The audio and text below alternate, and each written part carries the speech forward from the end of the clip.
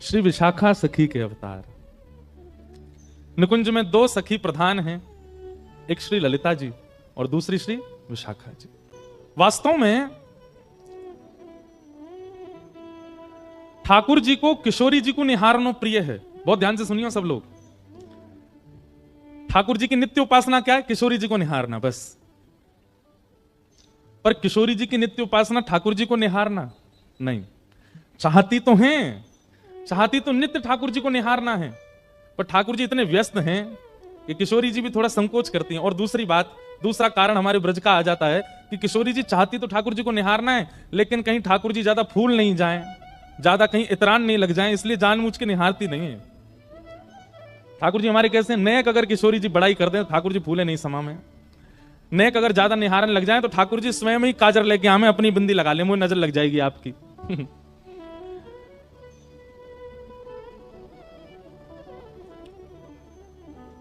तो ठाकुर जी का नित्य उपासना किशोरी जी के दर्शन है और किशोरी जी की नित्य उपासना ठाकुर जी के दर्शन है, पर नित्य निहारती नहीं।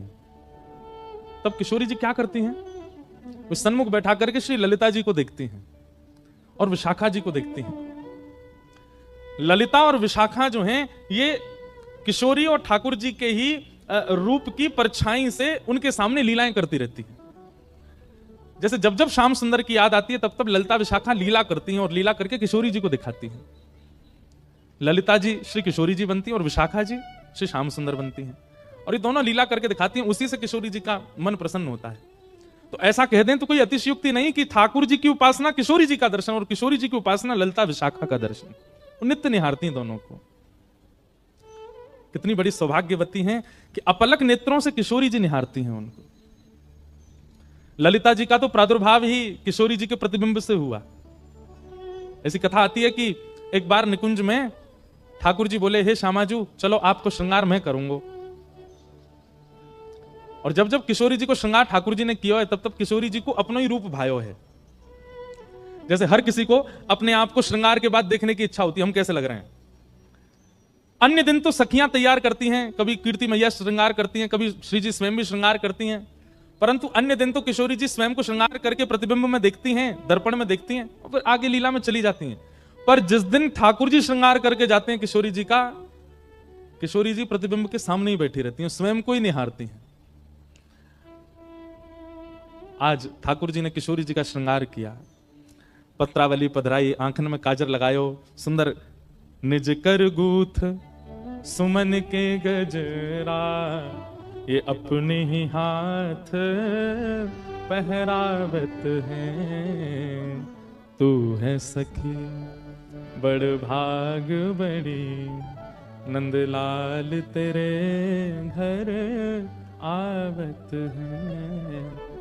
जैसे घर में देखा है ना, कभी बहनें बैठी हैं एक दूसरे के केश गूंथती हैं, ऐसे किशोरी जी बैठी हैं और ठाकुर जी उनके केश गूंथ रहे हैं। और किशोरी जी को आज इतना सुख मिल रहा है, इतना इतना आनंद है, पर प्रकट नहीं करती हैं। ठाकुर जी ने श्रृंगार किया और सुंदर पुष्प ला करके किशोरी जी के केशन में ऐसे सुंदर सुंदर गुच्छ बना करके श्रृंगार किया। और जैसे ही दूर से प्रतिबिंब लेकर के श्याम सुंदर आए, बोले हे श्यामाजू विराजो, देखो मैं आपको दर्पण दिखाऊं। और जैसे ही ठाकुर जी ने प्रतिबिंब दिखायो, किशोरी जी तो निहारती रह गई अपने स्वरूप को। अब ठाकुर जी जैसे ही दर्पण दूर करें, किशोरी जी के नहीं, या कुछ सामने ही रहने दो, यहीं स्थिर कर दो। ठाकुर जी कह रहे हैं वाह, अपने रूप को निहार रही हो। बोले अपने रूप को ना निहार रही, या रूप में चढ़े भये श्रृंगार को निहार रही हूं, और वो श्रृंगार कैसे कियोगे वो चिंतन कर रही हूं। अब तो इतना सुंदर लग रहा है किशोरी जी को अपना स्वरूप की वो ठाकुर जी को भी कह रही है दूर बैठो, मुंह देखन दो। ठाकुर जी कभी पर्दा डालते हैं, कभी दर्पण हिलाते हैं, किशोरी जी नाराज है, बोले याकू मत छेड़ो, मेरे सामने ही रहने दो। अब तो किशोरी जी कुंज में भी जा रही हैं तो वहां पर भी ऐसे ऐसे दर्पण लगाए कि जहां किशोरी जी नजर घुमाए अपनो ही प्रतिबिंब देख रही हैं। ठाकुर जी बोले इतना प्रिय लगो आपको मेरे द्वारा किया गया श्रृंगार, क्यों ना या श्रृंगार के स्वरूप को स्तब्ध स्थिर कर दिया जाए। और तभी किशोरी जी अपनी स्वरूप को देख करके बोली हे ललिते, और जैसे ही अपने स्वरूप को ललिते कहो है तो किशोरी जी को जो प्रतिबिंब है वो प्रतिबिंब ही श्री ललिता जी के रूप में प्रकट है गया। श्री ललिता अली, ललिता सखी आ गए। तो सोचो, जब जब किशोरी जी विरह में हो, वैसे तो विरह होवे ना आए, सखी है ना दें, लेकिन फिर भी जब भी कभी वियोग होवे, जब भी कभी याद आवे, श्री ललिता जी को देख लें, किशोरी जी। ऐसी ये दो सखी हैं, ललिता और विशाखा। उनमें श्री विशाखा जी के जो अवतार हुए हमारी पृथ्वी पर, जिनका नाम है भक्तमाल जी में श्री नाभा जी ने भगवान के भक्तों को केवल भक्त कहा, लेकिन हरिजनों के भक्तों को श्री नाभा गोस्वामी जी भक्त राज कहते। बहुत ध्यान से सुनिएगा।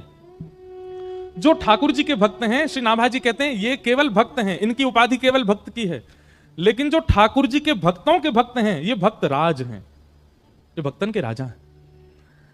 आप लोग अपने घर में प्रिया प्रियतम की सेवा करते हैं, लड्डू गोपाल की सेवा करते हैं, किशोरी जी की सेवा करते हैं, तो आप केवल भक्त हो, और उनकी सेवा से ऊपर आपके लिए कुछ भी नहीं है, तो आप भक्त हो। लेकिन अमृतसर में कोई ब्रजवासी आ जाए और आप मचल जाओ, आपके नेत्र तड़पने लग जाएं, आपको हृदय व्याकुल हो जाए, आपके मन में इच्छा हो कि बस कैसे हम जामे, जाके उनके दर्शन कर आए, नए कुंते मिले आए, उनको अपने हाथ की कच्चू बनी सामग्री पवाए आए, उनके बैठ के दो वचन सुनियाए। ठाकुर जी से भी अति प्रेम यदि हरिजनों से है, तो श्री नाभा जी आपको भक्त राज कहेंगे, ये भक्तन के राजा। ठाकुर जी की सेवा बहुत सरल है। सवेरे 7 बजे मंगला करते हो, किसी दिन 8 बजे कर दोगे तो ठाकुर जी नाराज नहीं होंगे, और काऊ दिना 5 बजे ही कर दोगे तो भी ठाकुर जी नाराज नहीं होंगे। ठाकुर जी को राजभोग में कढ़ी चावल खवा दो तो भी ठाकुर जी राजी हैं, ठाकुर जी को केवल दही भात खवा दो तो भी राजी हैं, कुछ नहीं तो दूध के भोग लगा दो तो राजी हैं। रात में शयन के समय ठाकुर जी को भोग लगाओ तो राजी, नहीं भोग लगाओ दूध धरा के, नहीं तो चना चनौरी मिश्री लगा दो तो भी राजी। सुबह दो सेज पे तो राजी, नहीं सुबह भूल गए, ठाकुर जी बैठे हैं खुद सो गए तो भी बेचारे राजी, कुछ नहीं कहेंगे। ठाकुर जी की सेवा तो बहुत सरल है, बहुत सहज है, उसमें तो आपको परिश्रम करना ही नहीं पड़ता है। पर हरिजनों की सेवा, हरिजनों की सेवा तो कठिन है।